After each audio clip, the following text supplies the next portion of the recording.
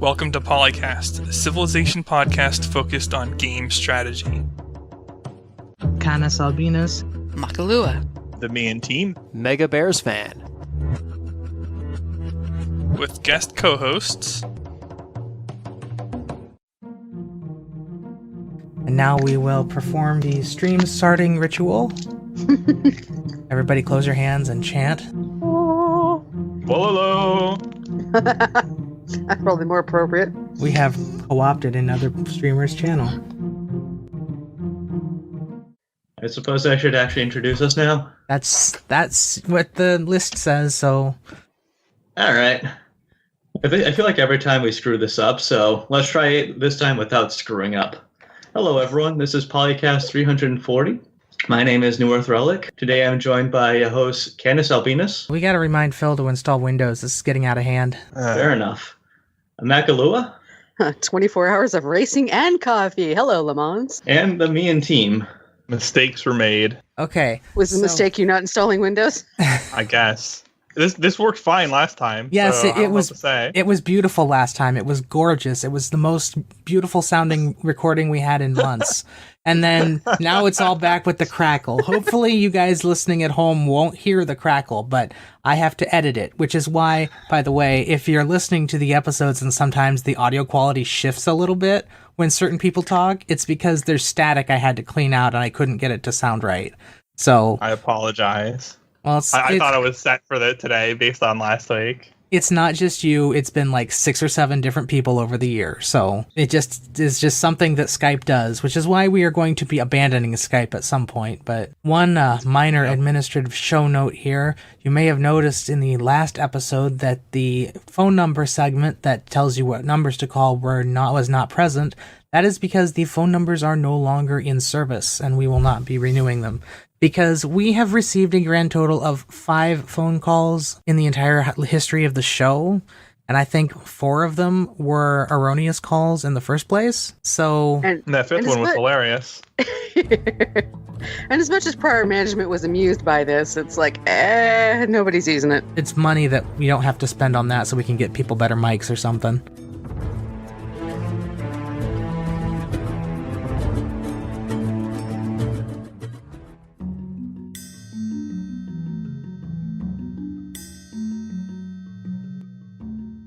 Now for the next troll topic, which is the biggest troll in the history of PolyCast. Skip it. 2 days following the last recording, which was a week ago for us, Firaxis came online and said, hey, we got a big patch and here's a video all about it.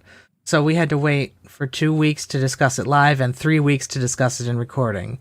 So this has now been dubbed the PolyCast troll patch. So I also missed the other good part about this troll, Canus. They talked about it, and I have yet to see it show up on my account, so... well, the patch hasn't come out yet. Yeah. And then to make it even trollier, last night I went to turn on my computer. Steam shows up with a Civ 6 update in the Steam download section, and it's one of those 0 bytes things that does to do something. That's I was getting all excited. New patch. Nope. Just Steam being Steam. Believe it or not, our best source for the patch notes on this are actually in our TurnCast Skype chat, because there doesn't seem to be a comprehensive list of this stuff written out somewhere. No, at least not together. I mean, if you could somehow parse the stuff on the forum, that would probably be pretty complete, but good luck with that. I found actually a pretty good one. It's on page 6 in the June 2019 patch details thread. SM Valentine lists basically everything about halfway down the page. The most annoying part is the fact that they did this big Pantheon rebalance right after we did our first party content. That was the biggest thing when we all saw that. It's like, are you joking? This is baloney. That was something. Unchanged for years, and then whoops. The minute we decided to talk about, okay, so if there's anything that really annoys you guys in Civ that hasn't changed in years, tell us so we can talk about it, and then they'll change it. Yeah. Oh, that didn't work with the UI. I'm just saying. Okay, so the overwhelming thing that happened in this patch, or will be happening in this patch, is that quarries, pastures, and lumber mills will no longer be inferior sources of production compared to mines, so they will properly give increasing production as the game progresses, and lumber mills will become available on rainforests. And on top of that, On top of that, all of those extra things will become industrial zone adjacent bonuses. Is that on this list? Good. Because they basically changed it to all strategic resources give a industrial zone bonus, and all production tiles times 0.5 equals a... So you need 2 production improvements or a strategic resource to get the extra hammer. To get a production, yes. Extra cog. Yeah, that's still really good. It helps a lot. It actually gives you some incentive beyond what little there was previously to actually build industrial zones a bit more often, because they were, after their initial nerf, a pretty weak district. And I'm sure Firaxis noticed their usage rate plummeted into like very little. But yeah, so this was needed. Help them out a bit.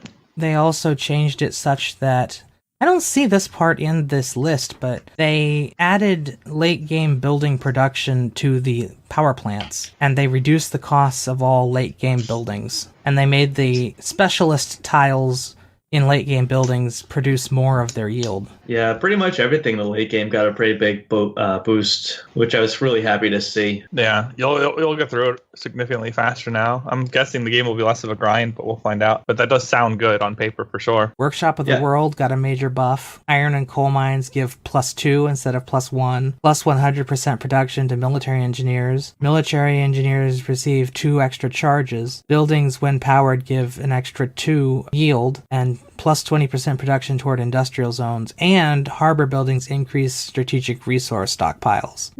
That makes England a lot less bad. I don't know if it makes it good, but it makes it less bad. Yeah, a whole lot of bonus everything for production for those guys, which is pretty good. Yeah, they should at least be better than civs like Georgia now. Yeah. Probably. Canada gets farms on tundra and farms on tundra hills with civil engineering. They get snow hills, tundra, and tundra hills at 50% cost to purchase. +1 production on mines, +1 production on mills, +1 food on camps, and +100% extraction rate of accumulated resources. So the good news is that they finally caught up to plains. Yeah.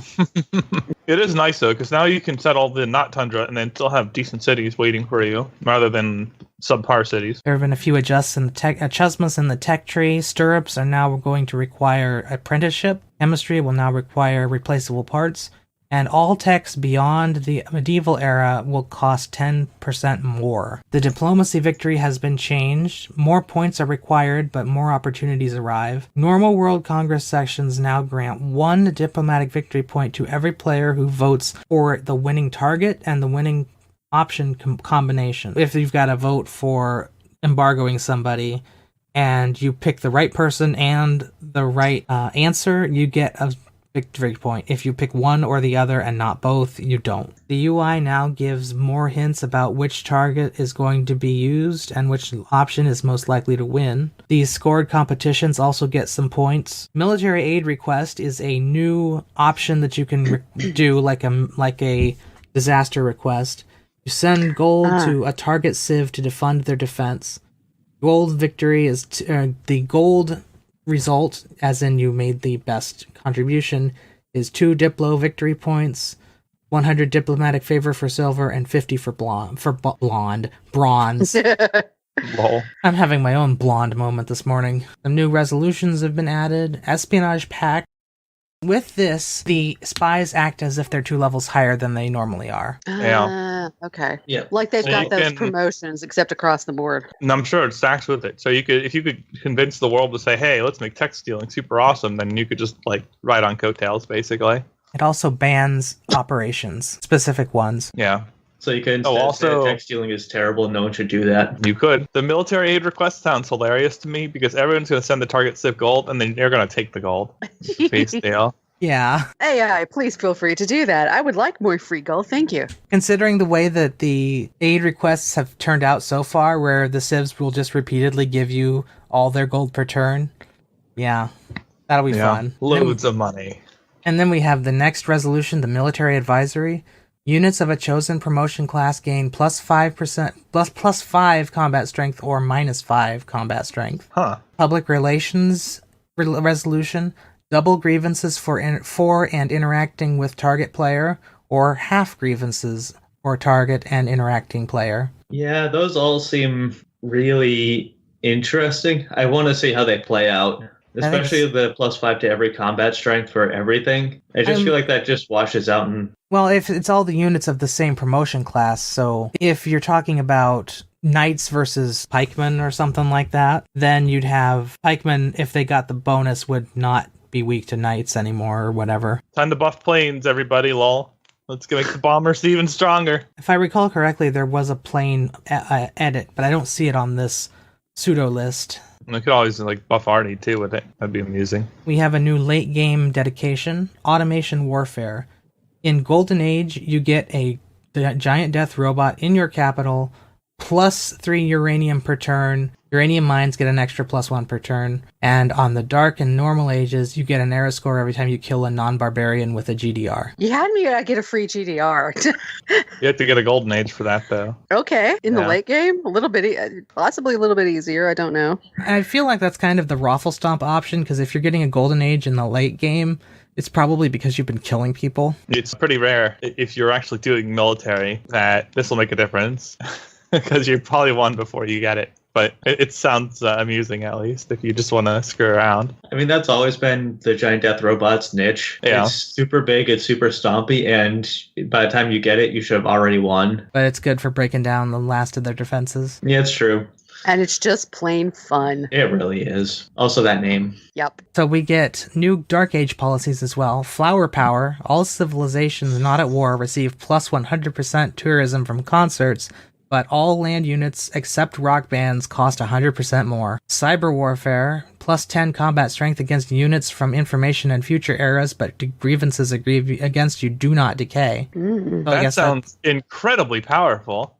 Yeah. Automated workforce. Your cities get plus 20% production towards city projects, but -1 amenities and -1 loyalty per, or 5 loyalty per turn from your city in your cities. Disinformation campaign. Plus 3 Diplo favor per turn for each broadcast center, but -10 science and culture in all cities. 2 new map scripts. The 7 Seas, which is a lot of land with numerous small seas instead of big oceans. So basically just invert the continents. And then small continents. More numerous but smaller land masses. And we're going to get to that world builder that was teased a while back. There's a alteration in great people points. Once all great people of a certain type are taken, all great people points still being accumulated become faith at a 1-to-1 ratio. I do remember that for some notes when the Fret Patch stuff first came out, and I was like, that's actually not bad. Yeah, I'm so used to going the other way, though, turning faith into great people. Yeah. And I just get that faith back. And that's not that much faith normally, but it at least doesn't go completely away. It's not a big deal, but it's like a nice little thing, I guess. I wonder if that will actually apply when you get blocked because you declined someone, and then after you've declined someone, everyone else also declines them, so that person is stuck on the great person queue. I think somebody has to take it eventually. Yeah, I think if he's everybody right. declines it, you end up having to take it. Really? I think so. I guess I've never seen that before.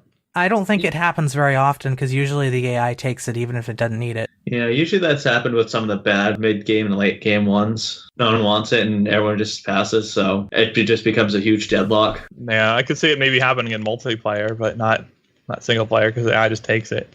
I've never actually seen that happen where someone is forced to take a great person. That's interesting. I looked through most of it, and I think that was the best one I saw, so... SM Valentine has another post on page 14, and it's notes from the live stream. And here we go. UI information, minimap on load game menu, subtle recommendation tooltips give reasons as to why the spot is chosen by the AI, stats on the diplomacy ribbon like a certain CQ UI mod. Gossip is now moved to the right side of the screen, collapsed to one item by default.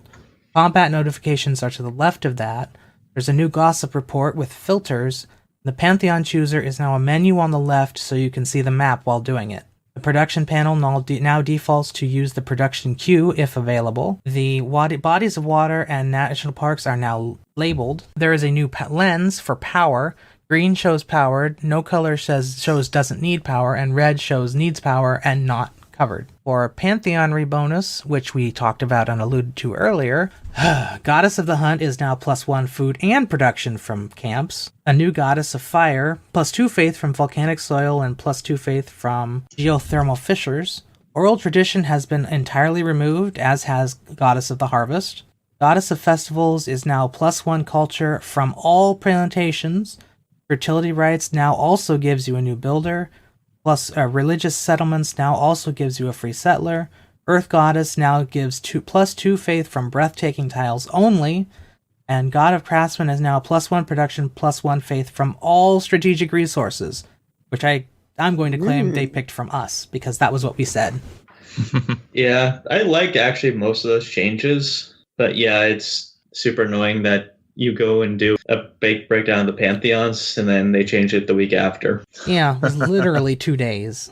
Not even a week, it was just 2 days. Great works of writing have been nerfed from +4/+4 to +2/+2, which is nice because they were so freaking overpowered. As far as the industrial zone, we already mentioned this. They get +2 for every adjacent bath, aqueduct, canal, and dam, which we didn't mention earlier.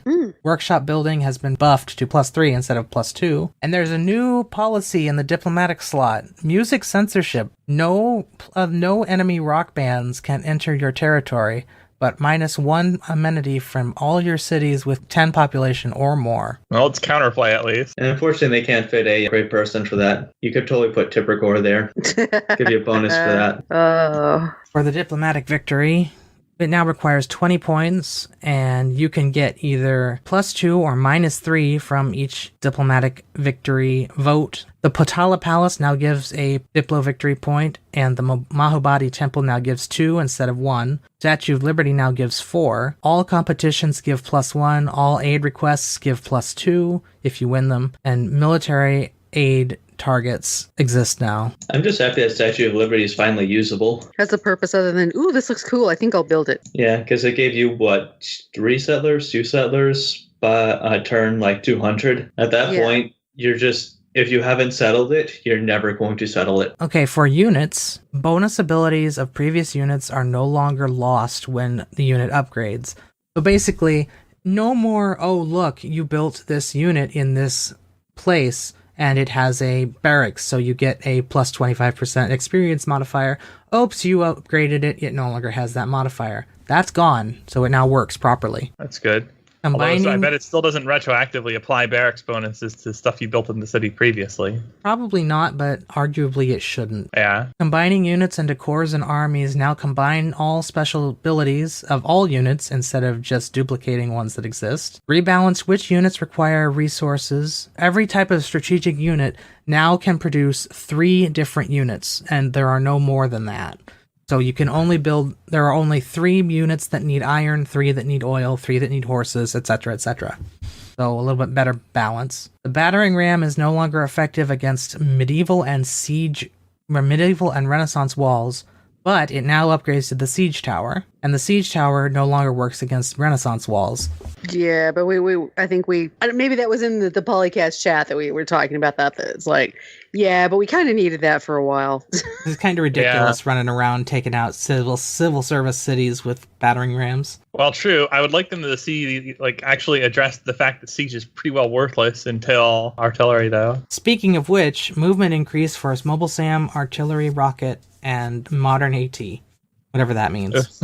But those are all already or later.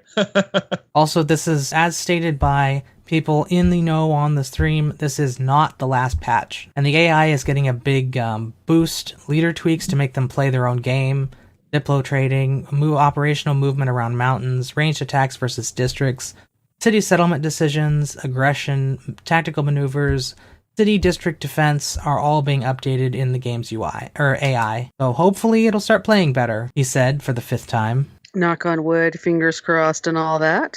I don't actually know if the AI got much better since the last patch, but... Yeah, AI is really tough to get right just because you need to understand the game before you can start really building a decent AI. Well, if you're changing the game every patch, the AI is going to have trouble keeping up. Yeah. And it's also really tough because when you're working on it before release, you're trying to go and target a whole bunch of pre-alpha stuff that changes. So it just becomes a giant moving target to try and hit that moving target. So then you can code up. And with the lag time on trying to code up that AI, you might be 2-3 months behind in terms of what the mechanics do. So really tough to do AI right with developing for release date. Also, one thing that SM Valentine did note is that they do have the patch held until it's ready for all of the platforms. So that's probably why we haven't gotten it yet. Aspire probably needs to do work with it. Oh, trying to have a unified patch out for once. Seems like it. Yeah, I can appreciate that, but I'm also just been sort of waiting for it, and I got super excited because I saw, hey, Civ 6 update last night, and nope. Also waiting sucks. Oh, apparently there's a lot of off-topic discussion in the thread about Dark Ages. Moderator action required. Something about the UK and Dark Ages being engineered by leaders or something. I don't know. Oh, I see. Some Yeah. PolyCast leaked into it, did it? Yeah. Sounds like it. Well, Yeah, it's a problem trying to do anything with a contemporary-ish time. Can we just all agree that all our governments suck and they could all be better and they all suck? Pretty much. Yep. Doesn't matter Yeah. who's leading them, they all suck anyway. that does tend to be the case, unfortunately. What's next in this thread post? There was apparently also some discussion about bringing back tall versus wide, to which we all can say, Yeah, thanks, but no. We don't need the trash brought back. So Also- just out of curiosity, is the 60s considered old enough to not be PolyCast? it depends on what the topic is. Flower power is a dark age policy. That's a good point. Yeah, I'm actually slightly amused by that. Yeah. It's hard to say because arguably it was a dark age for some things, but it was a great age for others. So who knows? It's hard to extrapolate something in the real world and put it into the game and have it make sense on all levels.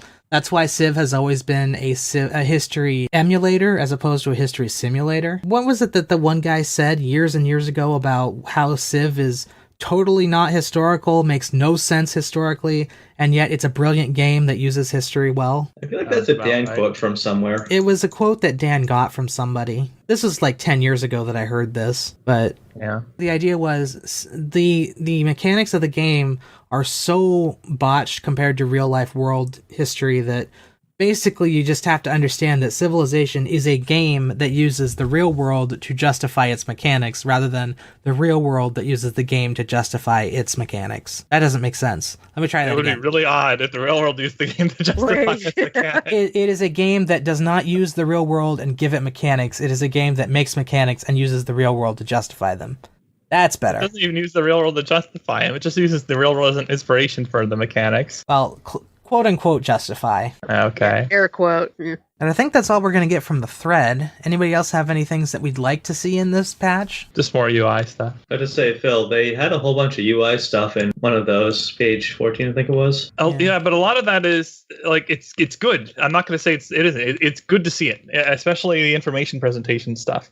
But where they've really been lacking, really since Civ 4 ended, was they're just managing the number of inputs to accomplish basic tasks. I see very little of that patch to patch. That's Like, fair. if you improve the UI in that regard, you could play through turns so much faster. There was actually a thread on the Endgame Nag that someone was complaining about.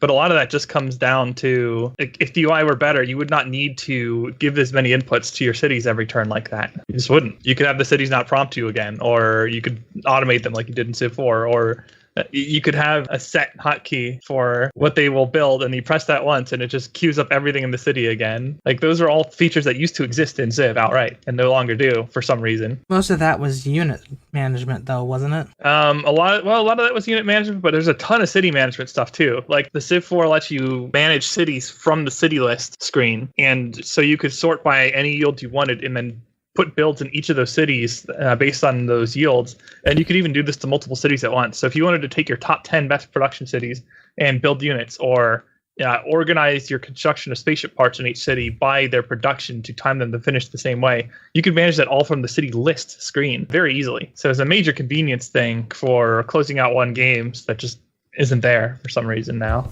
If I could get you into the Firaxis studio to just tell this to people, we might see change. I doubt it, because it's not like I didn't mention these things years back in the Civ 5 cycle. So, Or we might get a great mugshot of Phil. oh jeez. Try to avoid the mugshots, please. We don't need any more mugshots. Mine is enough. Or, never mind. Wait a minute. What? It's like we've missed a Interesting. story. Is this going to be the new running joke where I make a joke that sounds like I have something to say, but I don't? Because last week it was all about the my kid thing. Oh yeah, last week, huh? Well, 2 weeks ago. Whatever. Before the patch was announced. I say last week because for me it was last week when I edited it. So That's Neener, fair. neener. You know that does narrow it down to roughly most of the history of the universe, right, Canus? Before the announcement of the patch.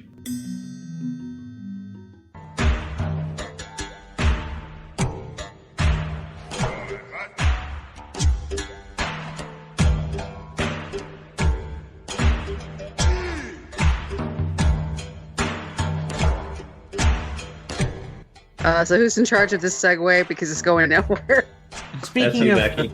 speaking of, Actually, that would be you. What? you have the next topic. Crap. Oh, so it is. It's the joke expansion. Jeez. Unannounced. Rise of the Gathered Storm. It's the third expansion. Now, Bibor made this fun post over here on Civ Fanatics, but main feature is a new map type, Pathfinding Utopia, a map with 90% mountains, no rivers, and one-tile lakes only. New terrain improvement, Clickery. Available with no tech prerequisite, this terrain improvement requires more than 10 mouse clicks to complete.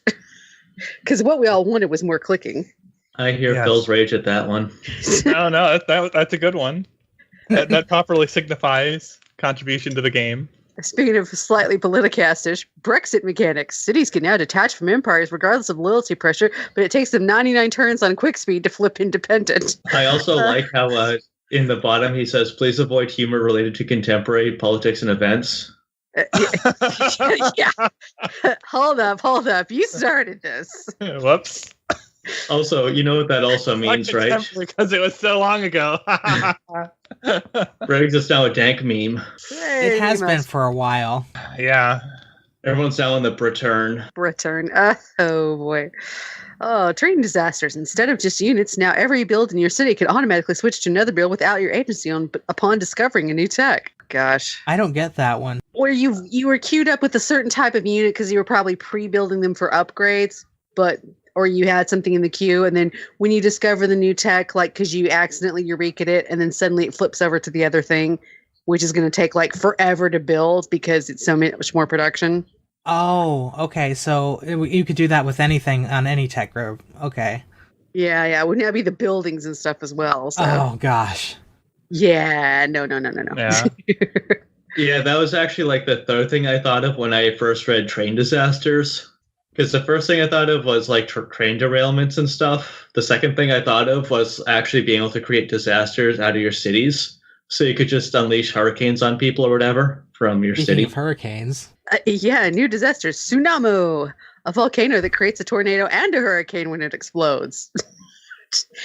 Well, technically, if you think about the way the atmosphere works, a volcano exploding could eventually create a hurricane, sure, which could spawn tornadoes. So, kind of, yes. Strategic resource tweaks. Even more resources are being strategically pooled into graphics, animation, and design rather than AI and user interface. Nice. please no.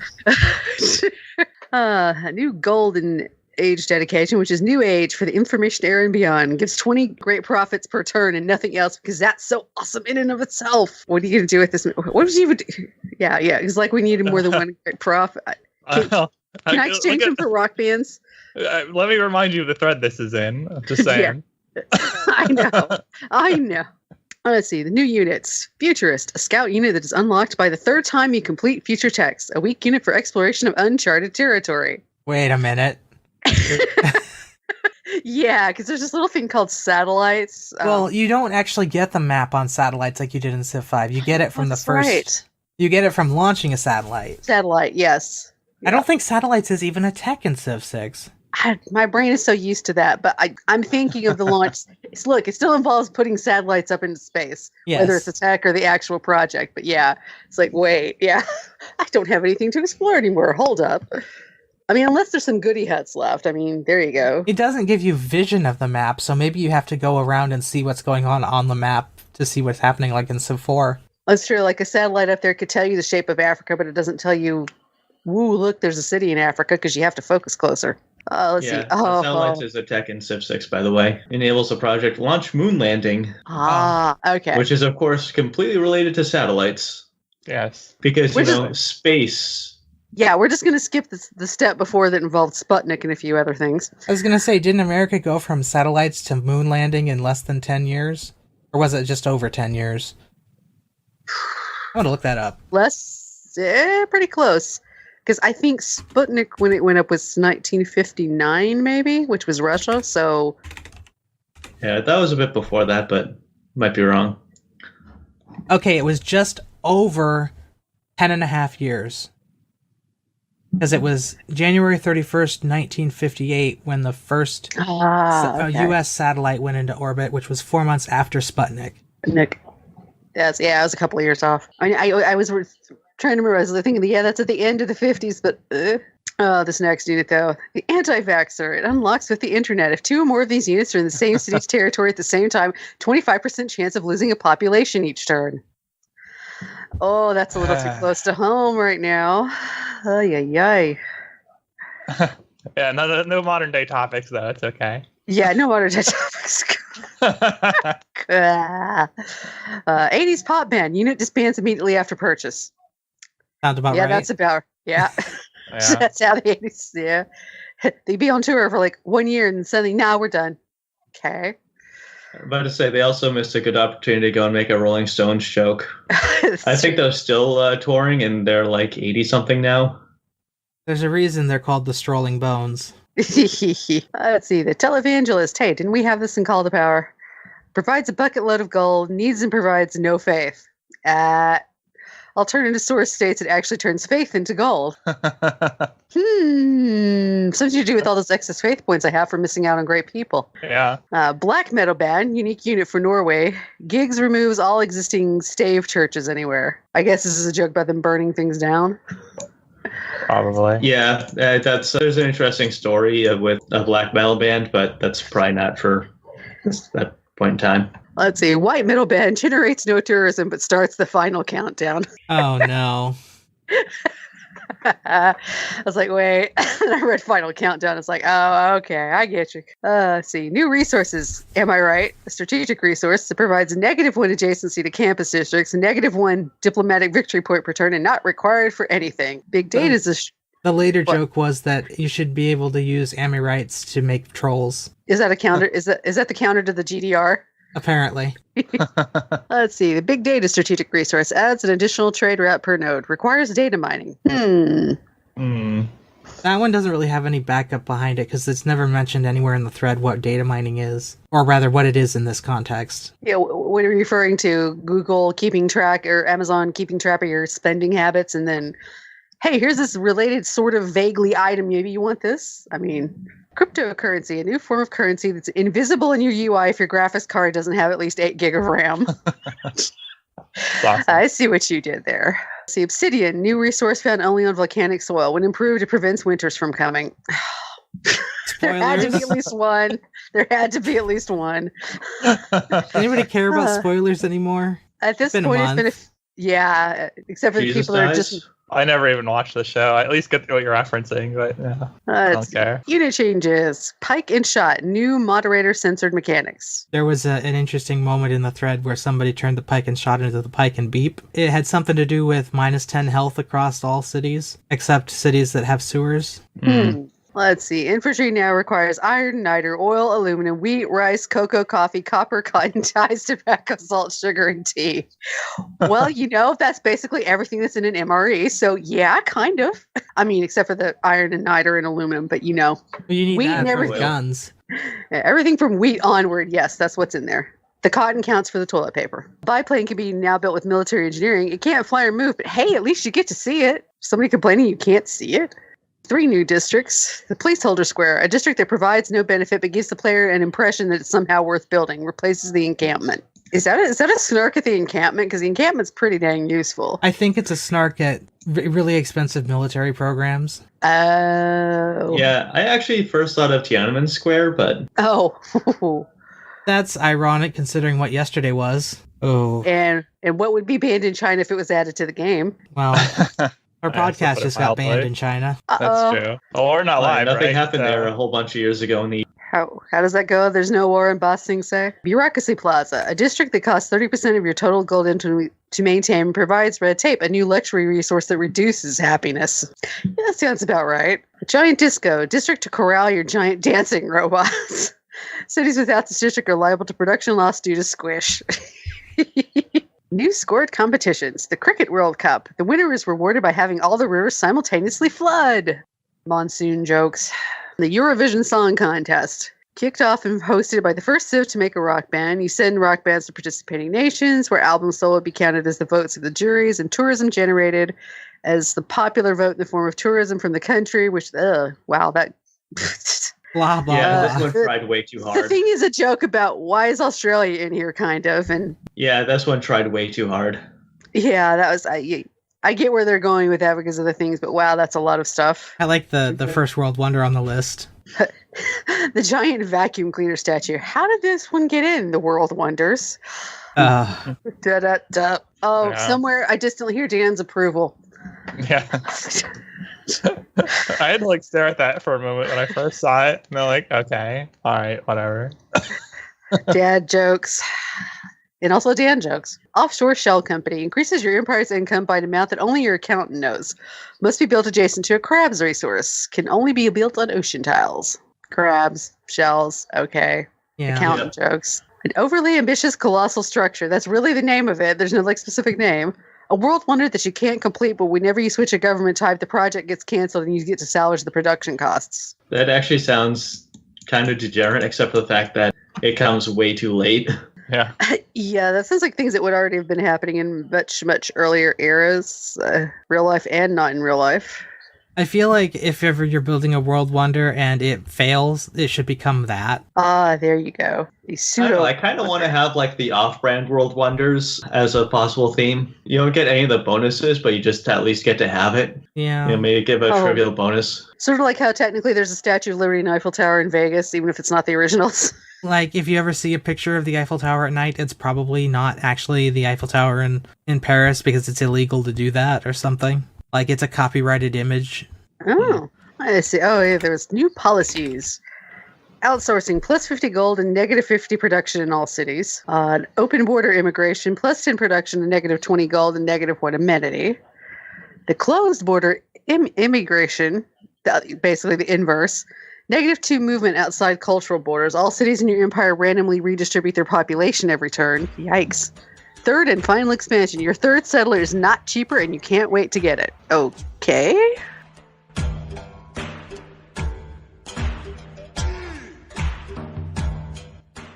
All right, so our next topic is something that we've all had to deal with at one point. It's the jump from king to emperor in difficulty. In the thread, Horizons posted that he's succeeding king most of the time, and then he went and tried emperor and got killed by the difficulty spike from emperor. The biggest thing that I've noticed when going to emperor is the fact that they get the second settler, which is roughly infinite value early game. Yeah. Yes. That's an exaggeration, but it is a pretty significant difference, I guess. Yeah, I mean, it's not quite infinite because, you know, half of infinite is still infinite, but You don't without lose getting into weird instantly, math stuff, you have like the 10 turns it takes to get an extra pop, plus like the 15 turns it takes to build, plus the extra 10 turns to replace that pop that left as a settler. So you basically get a whole 20-something turns minimum out of that free settler, plus you get a second queue to double queue everything. Like, that's a huge jump, more than necessarily all the warriors, since that's it starts with is. Yeah, the starting warriors are annoying, but they're not nearly like the settlers. So the thing about warriors is that you can build your own warriors and just be better at military than they are and beat their warriors up. Problem is that when they get 2 cities and all of the benefits for having 2 cities, they can replenish their warriors far better than you can. But only so Plus- many warriors fit in an area. Yeah, only some of my warriors fit, but after a certain point, they just have too much production. Because then they can just have one city replenishing their warrior supply if you decide to go the World War I route and just have everyone die over like this little 10-foot strip of land. No, you just sit there and let them attack you and they can't kill you, and then you just get experience until you win. Yeah, but in the meantime, they have that second city to do everything else you'd be doing normally. Even if you're sitting there and you create a good choke point, they're still able to produce more, and they can still keep going and making cities. And Wow. yeah. You only need like 2 or 3 warriors to hold, so like you can build a settler then. Plus, they don't declare on you like turn 0, so you can usually get a city out. And I'm not talking about emperor here; I'm talking about deity. Even that's true. That sounds like it's something I should do on my next TurnCast game with Phil. Declare war on him, turn -1. Just put on Well, Always War. There you go. Are you getting the starting bonuses? Because that makes a big difference. We'll find out, won't we? I guess we would, yes. One way or another. I don't play on Emperor, so I don't know. Yeah, a pretty good number of people in the thread have talked about building an army already. Egon Spengler and Eslar in back-to-back posts mentioned build a whole bunch of warriors to start. I disagree. I think you should start out. It depends on barbs. If you have barbs on and they're going to be a problem, which is probably because they're still not balanced in the early game, you probably do want to get an extra military unit out, just so you can prevent easy getting scouted. That's assuming they are going to make the barbs camps actually work and spawn stuff. So assuming the game works, then you would want to prevent scouting at least as much as possible to get scouted turn 4, whatever. But if you can prevent that, do it, and then get a settler going. Get a second city of your own, and then build a few warriors for defense and work on archery, so that you can actually add range units after the war starts or before it, depending on how aggressive the AI is. And if you get somebody like Gilgamesh or Montezuma on deity, just like toss luxuries their way, get friendship immediately, whatever, because that you can't defend. They get too many military bonuses for war cards to be defensible. But for most AIs, you could hold off with like 2-3 warriors and the slingers upgraded into archers pretty easily. But you do want that extra city if you can get it. You want as many cities as you can get away with ultimately. So you do want to feel out your situation with scouting too. The more AIs there are and the closer there are, the more you'll want to go into military relative to just expanding, because you're going to expand by military at that point. Yep. And then the thread proceeded to get derailed by talking about someone taking Divine Spark over Gods of the Harvest. Oh God, yeah. And then don't do that. Don't do that under current rules anyway. To be fair, I think that's actually a really good play once a patch comes out. Yeah, once the rules change, the considerations change too. But for now, don't do that. Yeah, and also Gods of the Harvest disappears, so probably not worth taking Gods of the Harvest anymore, because you literally cannot. You want to pick things that exist, yes, ideally. And then it gets derailed again by some random named TheMeInTeam talking about optimal play and the definition of optimal play. Yes. I love this random. He does so much random crap. I didn't see that. Where's this happening? It's at the bottom of page 1 and like the entirety of page 2. Also, for the record, Phil, you're right. Oh. Optimal play is optimal based on your goals. Yes, you're optimizing for something, and your choices will change depending on what it is you're optimizing for. Hopefully. If you're a decent optimizer. And also what you're optimizing for based on map. Like, you still have optimal play based on map, and yeah, and your optimal play can change, but that's because your circumstances are different. Oh yeah, someone was insisting that like you have to play on a certain map type to play optimally, which that's just not reality. Okay, no. Even I know that, and I'm a lower level player. Like, that's just a basic failure of basic game theory, right? It's a reasoning failure. You don't even need game theory. It's just a strict reasoning failure. Now, if you're trying to optimize Hall of Fame score or something, then okay, fine. But that's not what we were getting at there. But yeah, if you want to be competitive in Hall of Fame where everybody else is re-rolling their starts, then you probably want to re-roll your starts. It's kind of like derp, yeah, obviously. So I think what we found out from this thread is mostly the settler is really good and Phil is a very violent person. And don't step on Legos. Hey, I'm not the one who brought up the attack example, though. I was just refuting the logic. Just saying. Even if I resemble that remark, I mean... It's true, but I also don't know the other person. I know you. That's true, so it's my fault by default. Apparently. It's the best fault to have, Phil. Yeah, it's alright. I don't mind gaining some infamy. It's fun.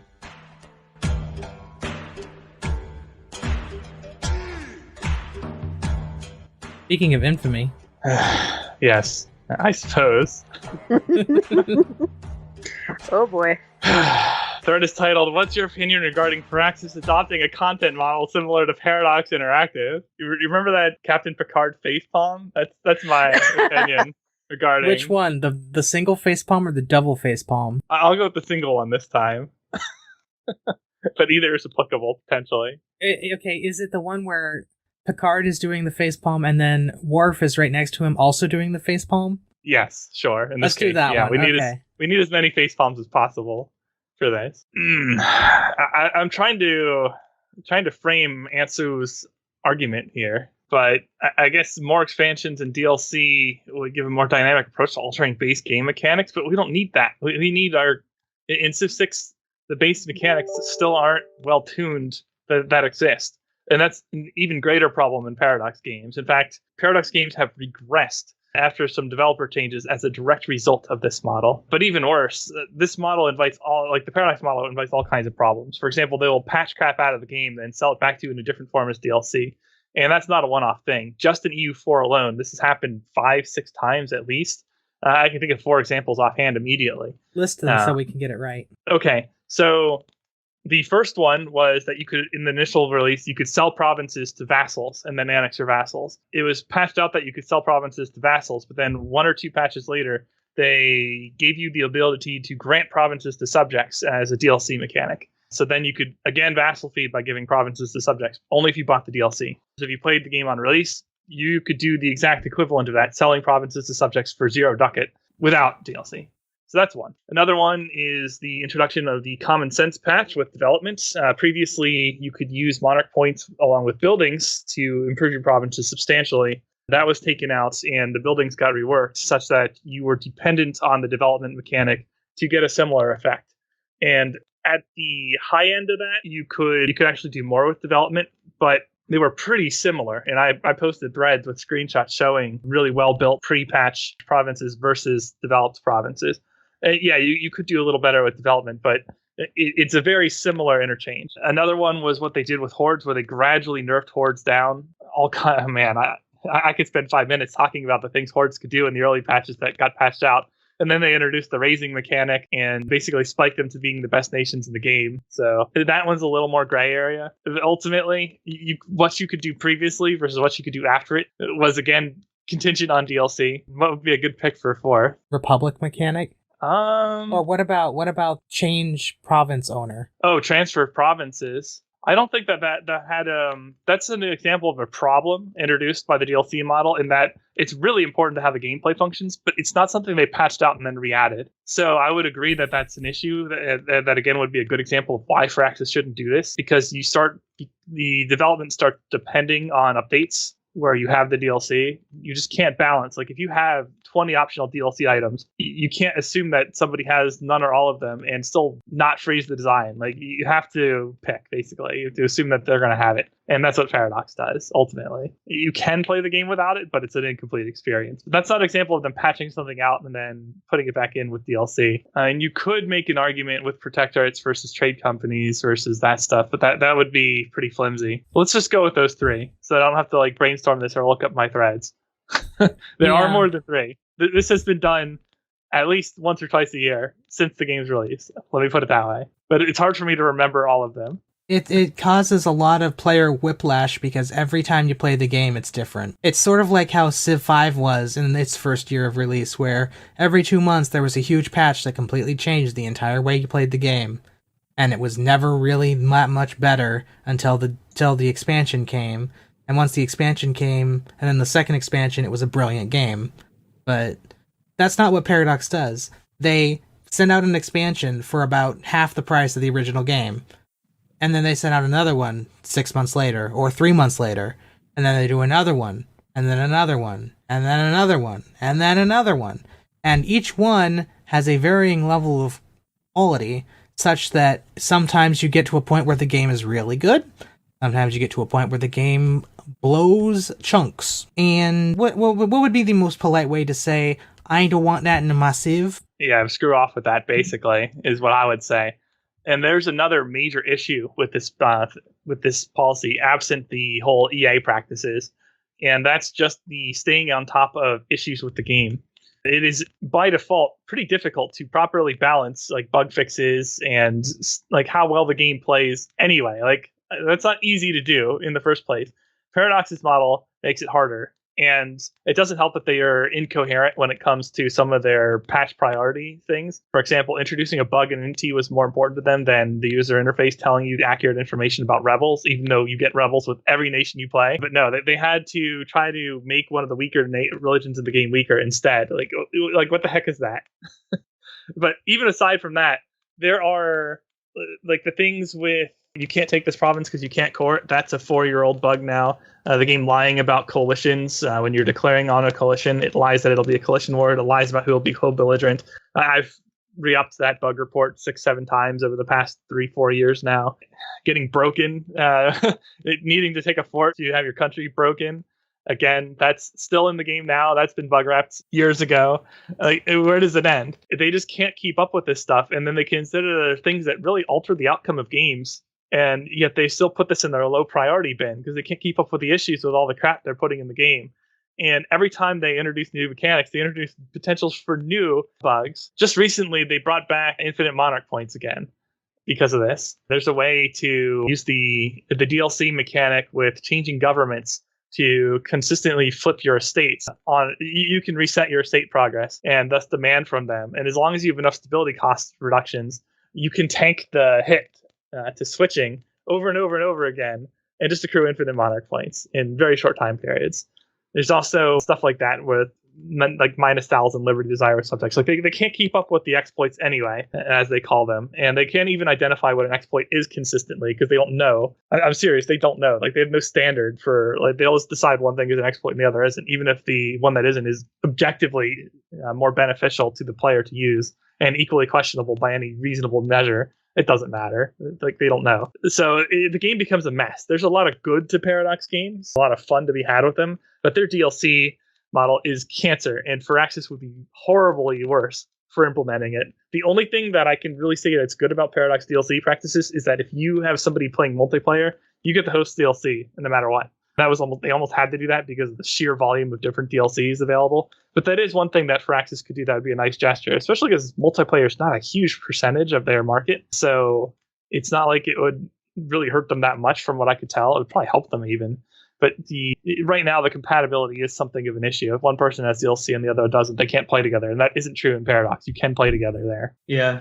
Can I take the counterpoint and say that I've actually really enjoyed what they've done with Stellaris and their DLC practices? Maybe because I haven't played Stellaris. So if they're materially different from EU4, for example, or Hearts of Iron 4, or those two are the worst. CK2 has been more reasonable. Yeah, but if it's different from those two, really good. If it's different from those two, then maybe. If it's like those two, no. I'm sorry.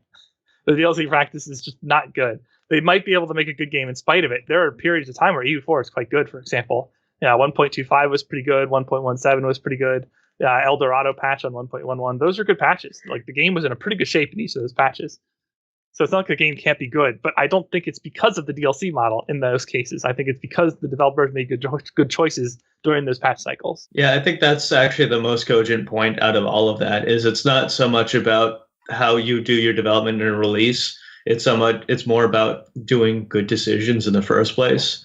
Just because if you release like Firaxis with big expansions, or you have small releases like Paradox, if your developers aren't making good decisions, neither of those two models is going to save bad decisions. Yeah, that's true. So that's really what it comes down to. For me, I've really actually liked Stellaris because they've done a lot of work to go and make the base game mechanically the same. And then all of the DLCs and expansions and stuff give you extra choices on top of the base game. So you have the same core mechanics, regardless of whether or not you buy the DLCs. So you're not locked out of stuff, but you get extra stuff for going with the DLCs. That's more good. The Sims model. Yeah, kind of, except Sims model is kind of appropriate, I guess. But the other issue is that Stellaris is also, a 2-year-old game compared to EU4, which is a 6-year-old game. So we don't know what the eventual end of that cycle is going to be for either of those games. But I highly doubt that it'll be good for EU4, and Stellaris, I can't predict because I haven't played it either, but I don't have my hopes high. Yeah, so what happens is that you get a huge bonus to everything that you do, and if you don't win the game in 50 years, your empire blows up. Also, in case you're wondering, that's a Stellaris joke. That's one of the options that you can choose in one of the Ascension paths. And it has a big red, do not do this. This is your last warning. Are you really sure? Dialogue. Sounds sort of like the Luciferium in Rimworld. So Luciferium can be dealt with. Yeah. Well, Luciferium is actually an amazing thing to use if you use it to its potential. Yeah, I did a run with getting the end of the cycle, and the bonus is really good. Just having your empire reset to one world that's not in your current population kind of hurts. Yeah. Especially because that has to basically happen late game, so every other empire is like, we have, reasonable stuff. And you're like, hey, cool, I went and blew up all of you, but I didn't kill all of you, so Now you can start rebuilding. And there's an evil alien monster that's coming to kill all other life in the galaxy running around. Nom. So yeah, it's a bad time. And at this point with EU4, if you wanted to start from scratch and you wanted to be up to what the current thing was with all the different expansions, isn't it something like close to $1,000? No, but it's pretty high. Somebody was, somebody's pricing that out one time, and I don't know if that was an exaggeration, but it's like crazy. The base game is $39.99, and if you take all the DLC and add it up together, it comes to $361.72. Yeah, where did that other figure come from, though? Probably some other game. Like, there are a lot of other games that do similar things. Train Simulator being the most notable. Maybe that's what it was. But it was, yeah. But still, that's a lot of money to get into a game that is... Well, just from playing it from when it was in the original, it was only with a few expansions added, it was already, to me, complicated. And I have more fun watching other people play it at this point. I understand the base mechanics of it, so I can follow along, but there's just so much that's going on and so much you have to keep track of that my brain just kind of goes, nope, can't process. Yeah, it certainly is a complex game. But that's part of its draw, too. So I'm not going to criticize it for that. But I will criticize the DLC and that the impact it's had on the quality of the game, especially when it comes to what bugs get fixed versus don't. Like, Paradox cares a lot more about patching out an exploit than they do about the games not having bugs. Like, to them, an exploit is a bigger deal. And it doesn't matter that the former is a lot more rare than the bug. Like, that only a handful of elite players can use the exploit or are even aware of it. No, that's still, they have to get rid of that now. Even though they don't care that the game will lie about, who's going to be in the war when you declare a war. And I don't mean lie. I'm not using the word lie lightly here. The game will seriously tell you this will happen, and then it doesn't happen. That's a thing. I've seen that in the watching, that it says these 3 nations are going to come in, and then only one does, or then other ones, or you trigger the coalition when it says you weren't going to trigger the coalition. I've seen that one too happen. I'm like, whoa, because at least when it's Civ, the diplomacy is nowhere near as complicated. But I know if I go to war with X person, I'm not likely to bring in half the world on me unless I've been piling up a massive pile of grievances. Yeah. Well, less Civ often has incomplete information, but it's far less common to see Civ's user interface straight up tell you something false. It's happened. I remember distinctly in Civ 5, it was one of the first times I save scummed, because the game said I'd do a ranged attack with my siege unit, and then I just moved towards the enemy and didn't attack at all. I'm like, okay, well, that's not all right. But for the most part, that's much more rare in Civ than it is in Paradox games. Even in CK2, which is easily their best title when it comes to this stuff. I've had an ally declare war on me while allied. And if you ask even elite players in the forum, okay, under what circumstances can an ally declare on you? They don't know, because that shouldn't be allowed. But there are cases where it is allowed, and there's no reason you would be able to anticipate that in advance in the game. Or the collection of screenshots you have where you post it and say, can you tell me what the AI is allowed to do with its units in this stack? Oh yeah, with the forts, my gosh. Yeah, that was a great thread on that. Yeah, I just posted a screenshot of my units moving from one province to another, ignoring fort zone of control. And I'm like, okay, so what happens if I were to stop my units moving right now? What happens if I let my units continue move? Where would they be allowed to move from the current province versus other provinces? And it actually matters whether or not my ships are in the sea zone next to it as well. But that only matters if my units were on the ship. Otherwise, it doesn't matter. What the heck? So the fact of the matter is, because of the convoluted game rules, it was impossible using just a picture of the screen to tell me where my units would be allowed to move. There's nobody in the world who could do it, because it's contingent on information the game does not provide. You have to have known what I did previously.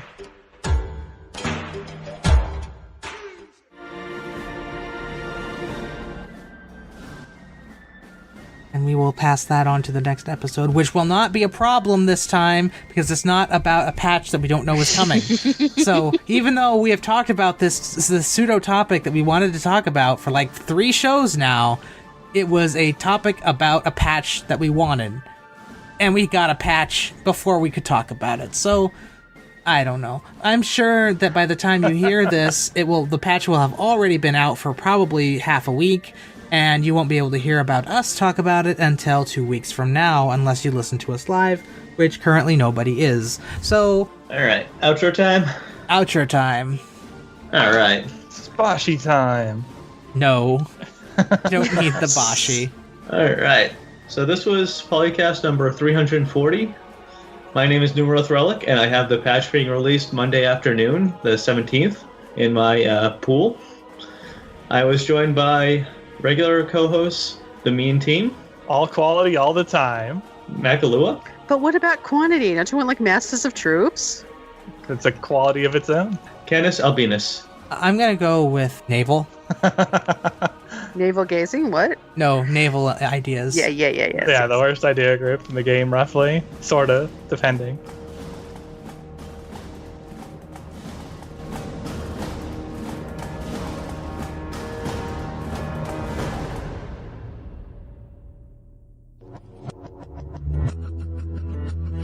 Record date June 15th, 2019. Civilization 4, 5, Beyond Earth, and 6 sound clips copyright Take-Two Interactive. Copyright the PolyCast at thepolycast.net.